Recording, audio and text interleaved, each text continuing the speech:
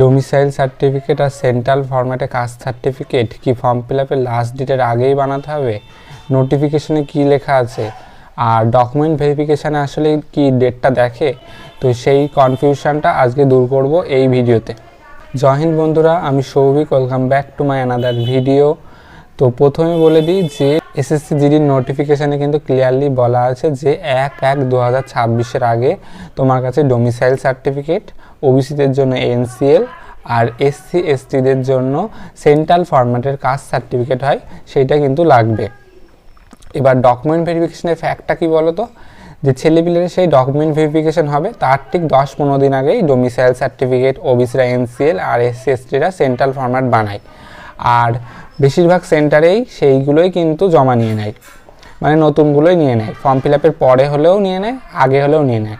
এবার অনেক সেন্টারে চায় যে আমি লেটেস্ট তোমার কাছে যেই ডকুমেন্ট আছে সেইটা নেবো, আর অনেক সেন্টার চায় যে পুরনো ফর্ম ফিল আপের আগের ডেটের সার্টিফিকেটগুলোই নেবো। এইবার যেমন কলকাতাতে সেক্টর 5-এ প্রথম দিন ডকুমেন্ট ভেরিফিকেশনের যে ওরা সবাই 25 সালের নতুন 10-15 দিন আগে বানানো ডোমিসাইল দিচ্ছিল, তো তারা বলছিল না নেবো না। কিন্তু পরে যখন যাকে মেজরিটি কিন্তু 25 সালে নতুনই বানায়, 10-15 দিন আগে কিন্তু সবাই সার্টিফিকেটটা বানায়, তো সেই দিয়ে তারপরে কিন্তু সবার ডকুমেন্টই জমা নিয়ে নিয়েছিল, কাউকে বাদ দিইনি। এবার তুমি যদি ভাবো যে আমি রিস্ক কেন নেবো, আমার হাতে এখনও সময় আছে, তাহলে আমি বানিয়ে নেবো। তাহলে তুমি বানিয়ে নিবা। কীভাবে সেন্ট্রাল লেভেলের সেন্ট্রাল ফরম্যাট বানাতে হয় সেটাও আমার চ্যানেলে দেওয়া আছে, আর ডোমিসাইল সার্টিফিকেট কীভাবে বানায় সেটাও আমার ইয়েতে দেওয়া আছে। এর দুটোই তোমাকে এসডিও থেকে বানাতে হবে।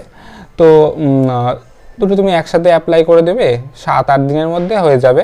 তো তুমি যদি রিস্ক না নিতে চাও তাহলে তুমি এখনই বানিয়ে রাখতে পারো, আর যদি তুমি ভাবো না থাক আমি পরে বানাবো, তাহলে পরে বানাতে পারো, কোনো অসুবিধা হয় না।